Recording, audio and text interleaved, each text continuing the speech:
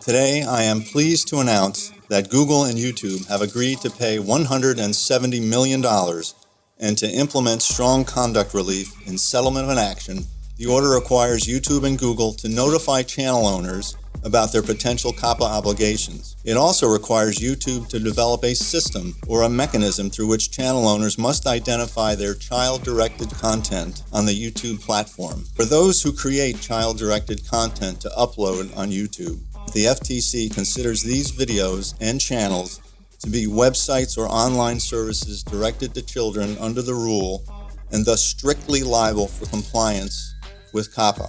Once our order has been effected for a period of time, the Commission will conduct a sweep of the YouTube platform to determine whether child-directed content is being properly designated as such in order to ensure that the channels themselves are complying with COPPA. Not only can we sue Google and YouTube for compliance with COPPA, but also individual channel owners and content creators. And once this order has been fully implemented, we intend to conduct a sweep of the YouTube platform. Well, I think that we have a variety of tools at our disposal to cull through those 23 million channels in an expeditious way. FTC! Me and my bra. Live like a man, but I'm animal raw. We are the murderers there. There with the jail and we murdered the murderers there. Then with the hell and discovered the devil delivered some hurt and despair. Used to have powder to push. Now I smoke powder to push. Holy, I'm burning the bush. Now I give a fuck about none of this shit. You run her over and out of this bitch. Hi, I'm Zenday, and today we're going to talk about how COPPA is affecting YouTubers, viewers, and the internet as a whole going forward. So the previous clips and the ones going forward are going to be taken from the FTC press briefing. So first, we're going to use that to define what COPPA is. What COPPA does is it prohibits the collection of personally identifiable information from children under the age of 12 and under without verifiable parental consent. So I've been researching COPPA for the last couple weeks to try and figure out how it's going to affect YouTube, and I'm going to try and convey what I've learned to you guys. A lot of people have been really upset about how COPPA is being implemented, and they're not really sure if they're going to be affected by these new changes on YouTube. This is important because the violations can be fined up to about $43,000 per video or violation. So first, let me explain to you what happened.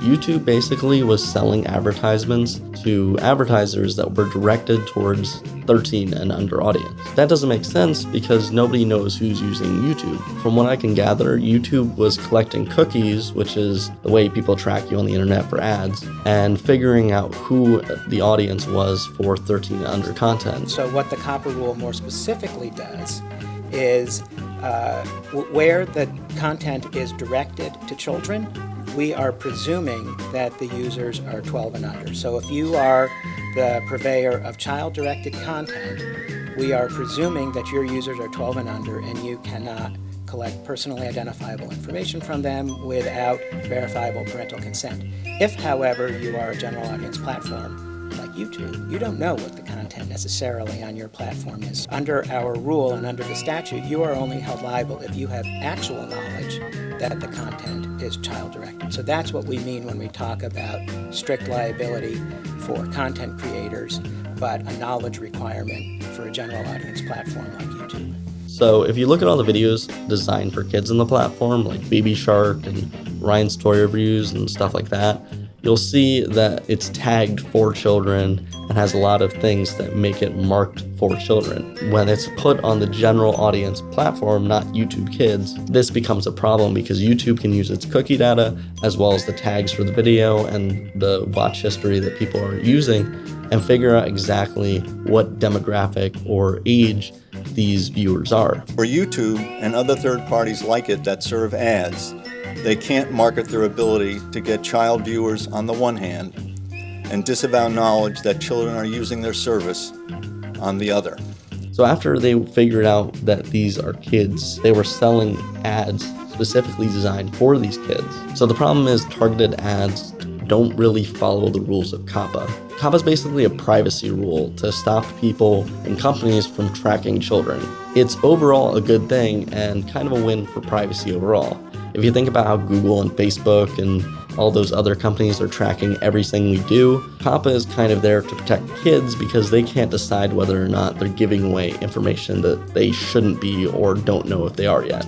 So the problem is the way YouTube's implementing the FTC's settlement with them. They basically had to introduce a way for creators to tag videos that are designed for children in the upload process. The problem is YouTube only put for kids, not for kids, and then in the advanced setting, there's an 18 plus section, which is basically no ads. The problem is it for kids, not for kids, or for adults? And it kind of leaves a gray area of content that's kind of watched by everyone. If you think about What's Inside or Dude Perfect and stuff like that, where it has a very wide demographic from very old to very young, and you can't really stop kids from watching your content. YouTubers are concerned that this means that if they have a lot of kids watching their content, even if they aren't the designed audience, that they're going to be in trouble with the FTC, and this could be true.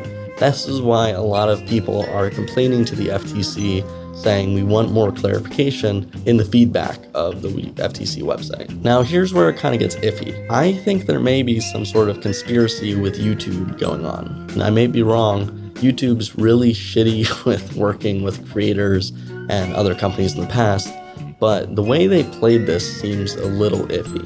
It's my interpretation that YouTube basically took what the FTC said and reiterated it to the creators without giving them any more information and basically saying, if you don't know, contact a lawyer, which is good advice. I'm not a lawyer. I'm not giving any real advice in this video legally. Problem is, a lot of lawyers don't understand the FTC's filing either because they keep it vague on purpose. If they were to specify saying any videos with kids' toys in them are designed for kids, then that means that any video with kids' toys would be designed for kids. For example, any video with slime or Nerf guns or anything that is considered general audience content could be now marked only for kids, and that's not the point of COPPA. COPPA is to protect children, not to destroy companies or take money away from creators, and I think people need to understand that. If you look at the prior violations of COPPA that have happened in the past, you'll see that it seems to be targeted content that the FTC goes after.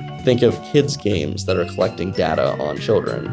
The problem is that if you are found violating COPPA, you can be fined up to $43,000 per violation. If you're making daily videos and every single one of them is a violation, that could be a lot of money.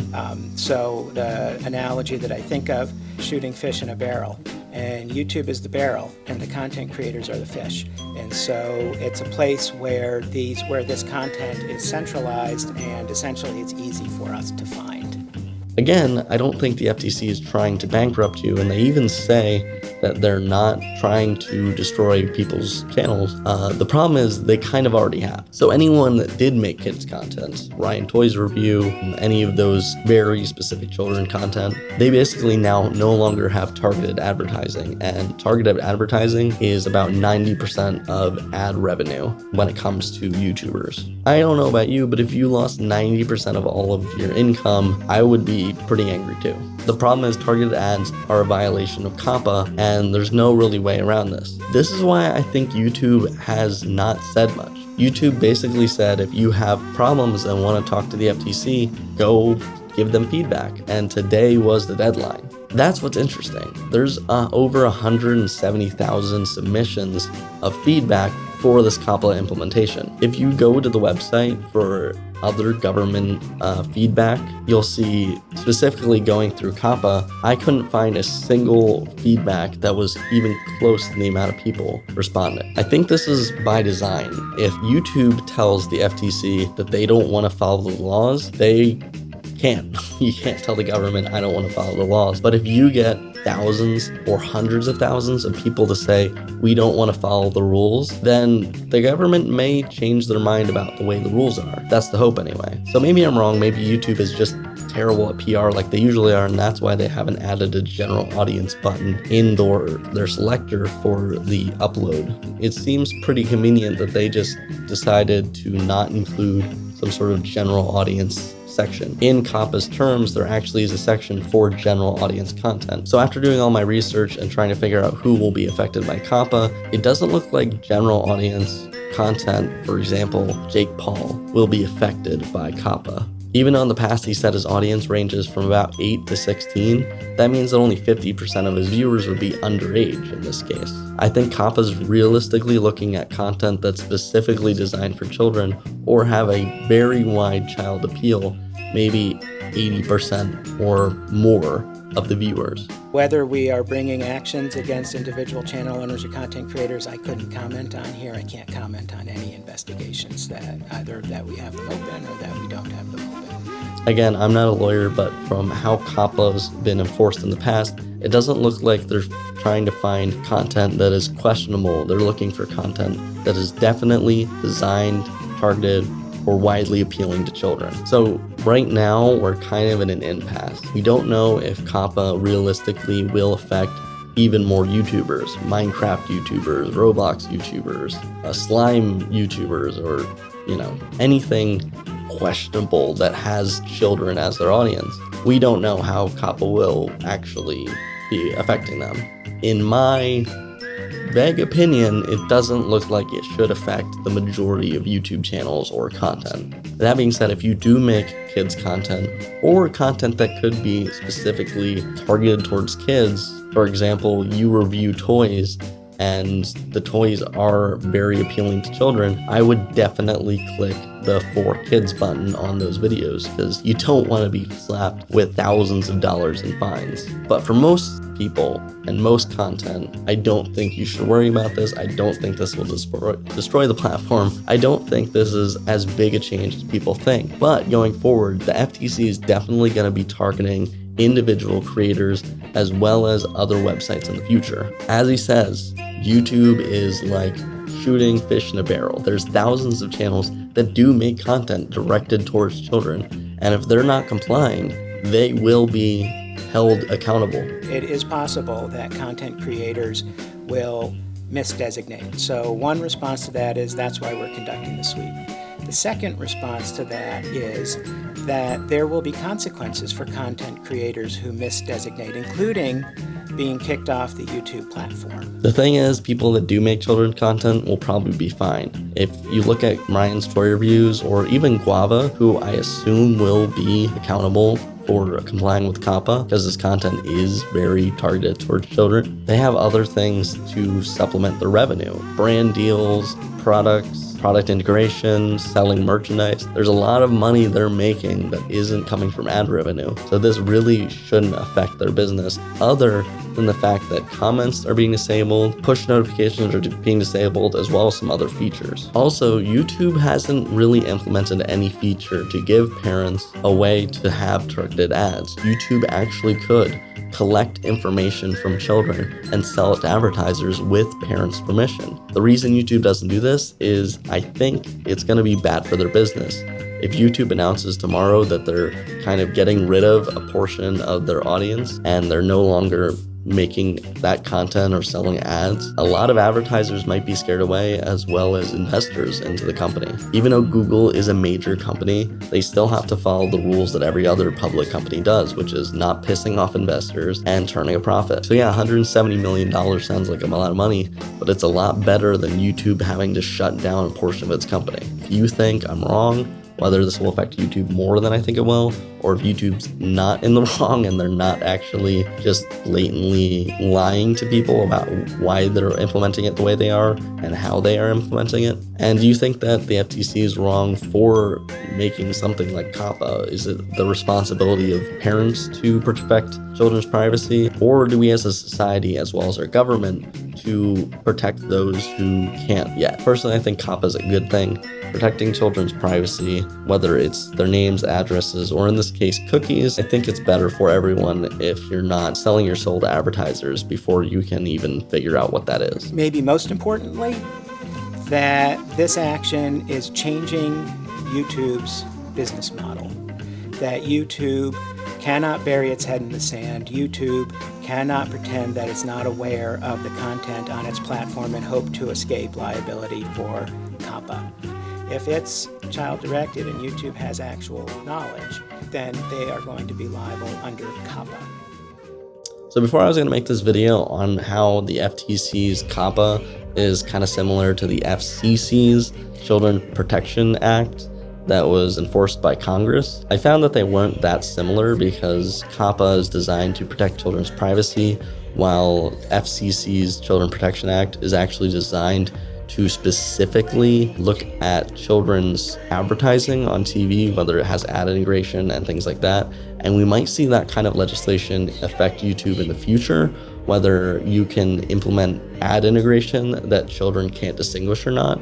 But for now, YouTube's still the Wild West in that aspect, and you can kind of do whatever you want as far as product integration. But we'll see how the government looks at that in the future. Let me know if you want to see a video about that next. But hopefully YouTube's gonna change the way they are now. Hopefully YouTube's gonna make a way so that you can either make kids content, everyone content, or adult content, and figure out a way that everyone makes money. You shouldn't be punished for making adult content. You shouldn't be punished for making kids content. And I think there should be a way, or is a way, for everyone to be profitable doing it. So this is why I want to make a production company. This is why I want to make a online video company, is so that we can figure out a way for everyone to make money and still make the awesome content that they want to make. So I'm gonna end it right now. Thanks for watching, guys. Yeah, hit the like if you've gotten this far, subscribe for sure. Tell me in the comments what to do next, what you liked, didn't like, what do you think. If you got any questions, I'll be there. And yeah, join Discord, Twitch, Twitter, Instagram, maybe a TikTok, I don't know. We'll see. See you guys next one. Peace.